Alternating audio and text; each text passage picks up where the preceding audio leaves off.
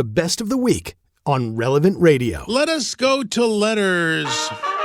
I've got an interesting letter from Peter in Chicago who's commenting on the Holocaust. You know, I get rather unhappy when I hear about Holocaust deniers because I know people who were there, and there was most definitely a Holocaust of the Jewish people, the Shoah, as they call it.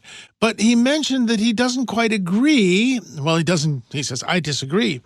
In the general sense, maybe you could say that if you compare other genocides or wars, however, it was certainly unique in Western civilization. Well, I don't know that it was unique in Western civilization. Perhaps in quantity it was unique. But genocide, I really believe, is the nature of unconverted societies. Julius Caesar committed genocide in Gaul. He wanted to eliminate Gaulish civilization and Gaulish population. He just did. And he was very effective at it. Millions of people were killed by Julius Caesar. Another, in modern times, the whole thing about the Holocaust, never again. Oh, it happens regularly. Rwanda. Well, that's when Western civilization, well, yes, it is. It was very French. The Rwandan genocide was unfathomable, and it was a true genocide. And, of course, there was not a genocide against Native Americans committed by the Spanish. What? Of course there was. No, there wasn't. It's a great number of Indigenous Americans that died, perhaps 90% out of a population of maybe 72 million people. There were probably 72 million people in the Western Hemisphere when we Europeans encountered it. The vast majority of them died of European diseases to which they had no resistance. However, when the United States was being formed, there was an amazing genocide of Native Americans, and it might not have been as big numerically, but it was big.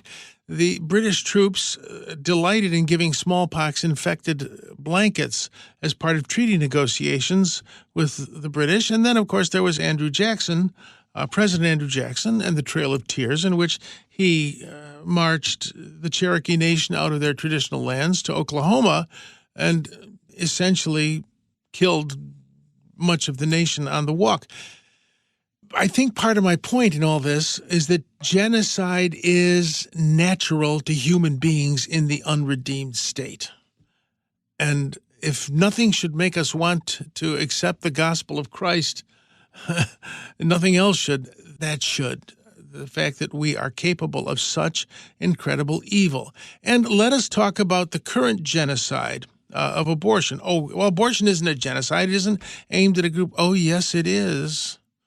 Yes, it is. People with Down syndrome are routinely aborted now. I remember hearing when a young woman found that out, she started weeping and said, what did they ever do to deserve that?